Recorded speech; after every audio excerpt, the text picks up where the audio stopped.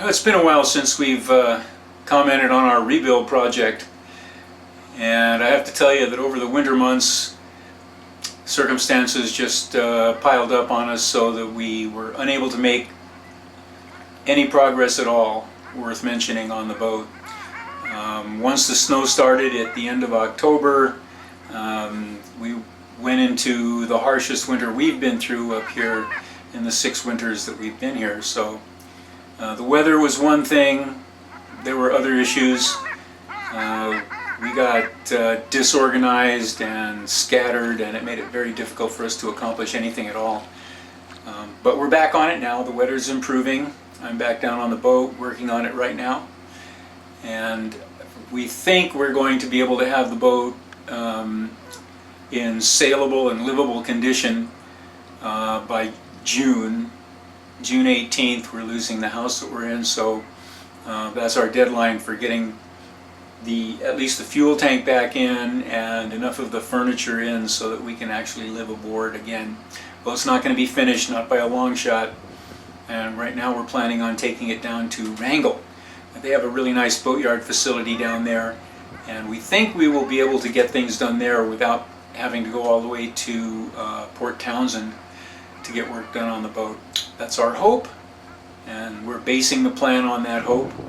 So that's what we've got going on right now. I've got the electrical system to finish up. We need to install the fuel tank. We had some unplanned things that needed to be taken care of. Once we tore everything apart, we discovered things that we didn't know about before.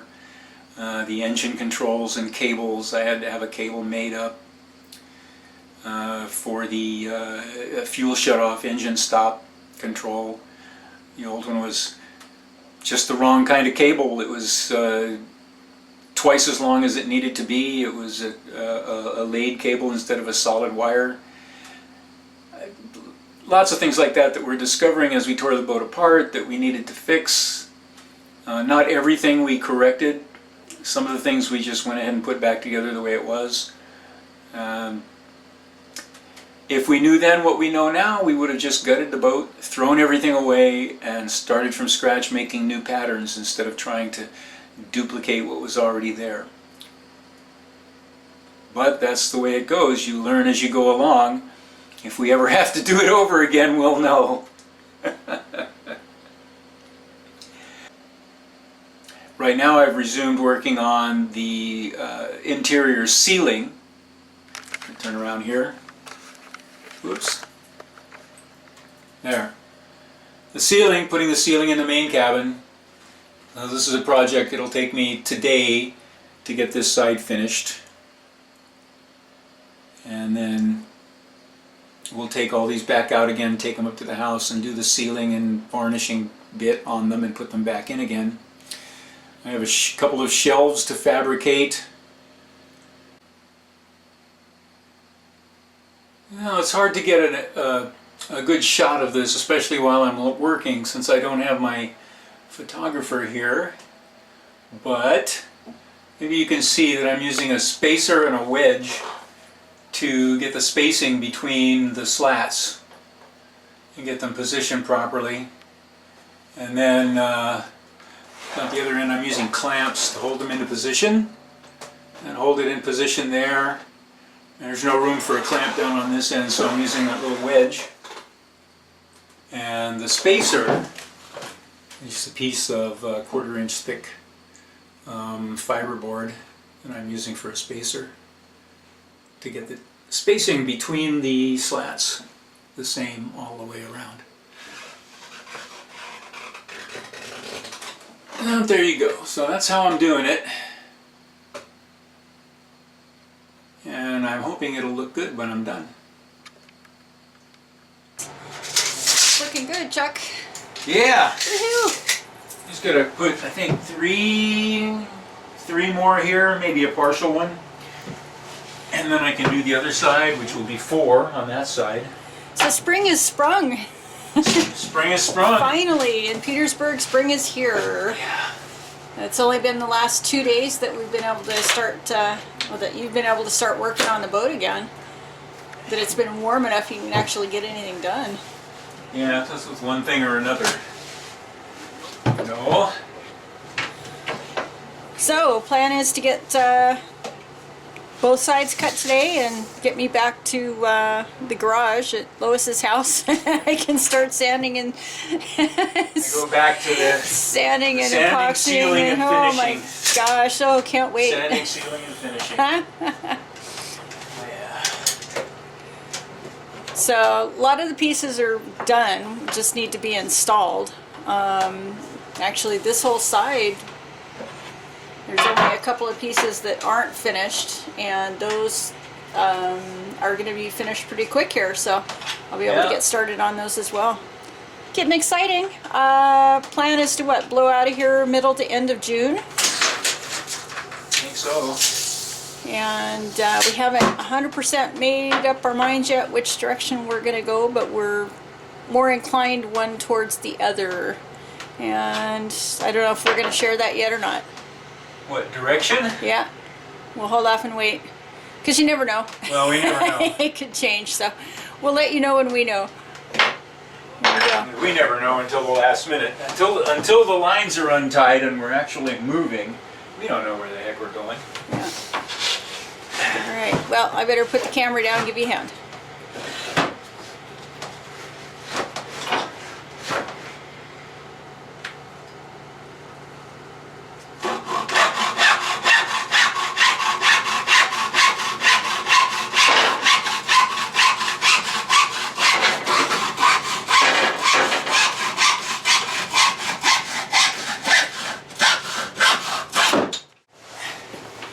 Now we've gotten down to the point where the hull is starting to twist forward. We had the same problem in the forward cabin. So these things, the gap will have to vary as we go. It'll be a little bit wider in the middle, I hope. And then the strip, we should be able to bend it enough so that it goes in here and looks presentable. Down here at the bottom, it's not so important because a lot of this is going to be hidden. But try and get it as much as possible.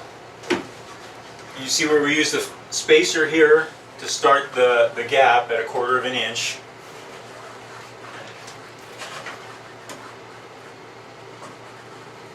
Get a screw in here.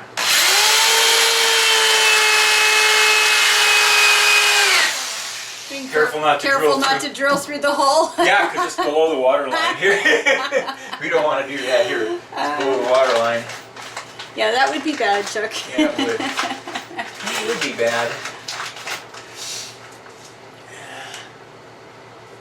I'm using bronze screws for this because it looks a little cooler. Looks nicer.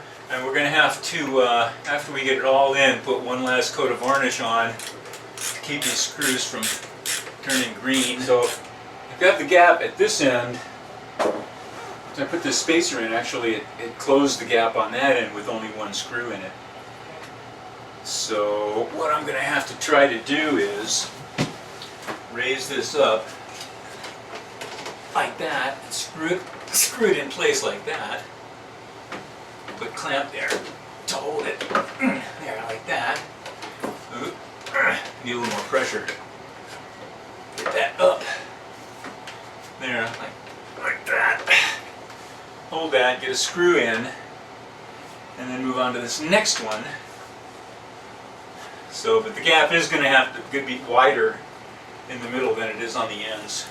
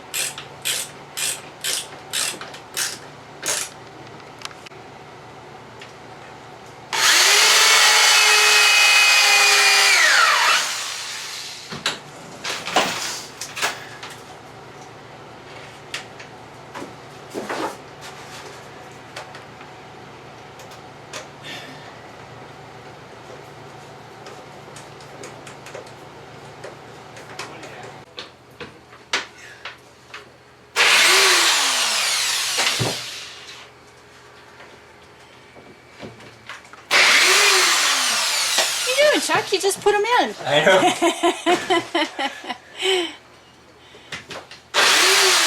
Well, on disassembly we use power tools, so it's a little easier. You don't use power tools when you put it together. I don't know why, I got that somewhere. Never use power on assembly, Okay. only on disassembly. So what Chuck's doing is pulling them out, and I am marking them. P1, P2, P3, P4. Just to make sure they go back in the same place. S1, S2, S3, S4, and top and forward, just so we make sure they're all assembled in exactly the same order as they came out. Hope. One hopes. One Yes. hopes. Here. Woohoo! All right.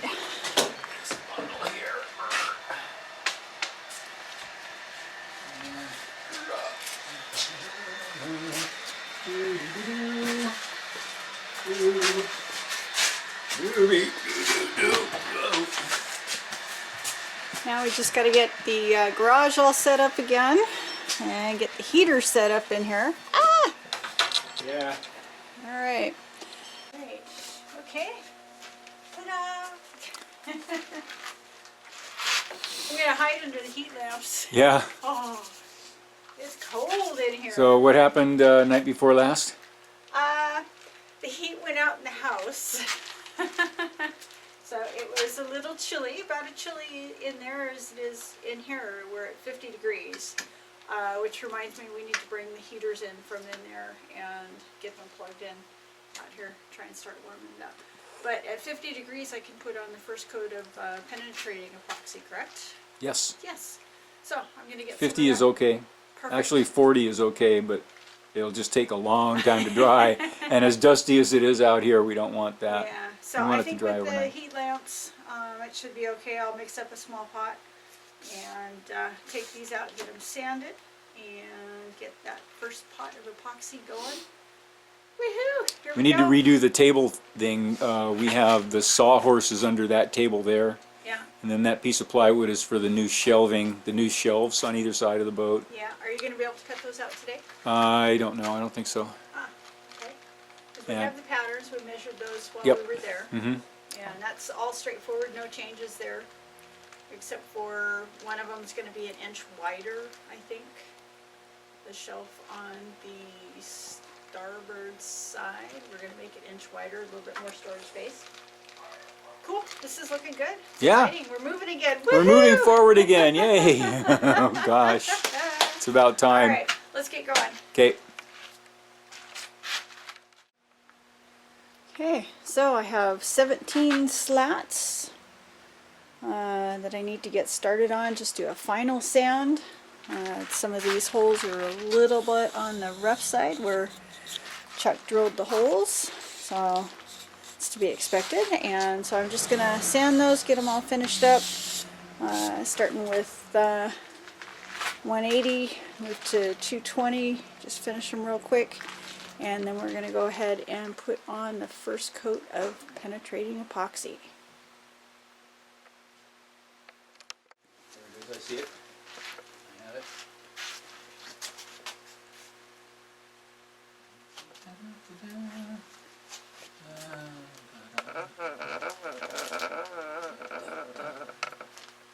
So this one we want, this is the port side. This one needs to be the same depth as it was before. Get that not be quite straight, is it? Need me to, yeah, we need the, where are the clamps anyway? On the boat. Ah, Clamps are on the boat, remember we're using them today. Okay, that looks good. probably bring a Looks couple good. here. That looks good. You want me to Oh, good. hold? It's good. I it's should good. probably hold an end for you. And we're going a quarter. Yeah, it should be a 1/4 inch over on that end. Okay. Just leave it overhang. Yeah.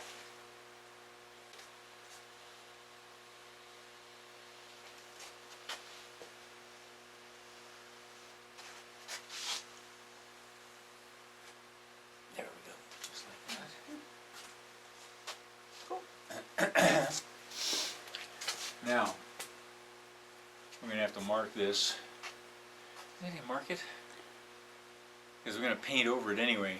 We're just gonna have to know what we're doing here. Well, we can mark it for the first couple of layers with the penetrating epoxy, and then when we're ready to paint it, we'll just keep track of it a different way. So, I mean, just go ahead and mark it for now, Okay. because we're going to ultimately be painting over it anyway.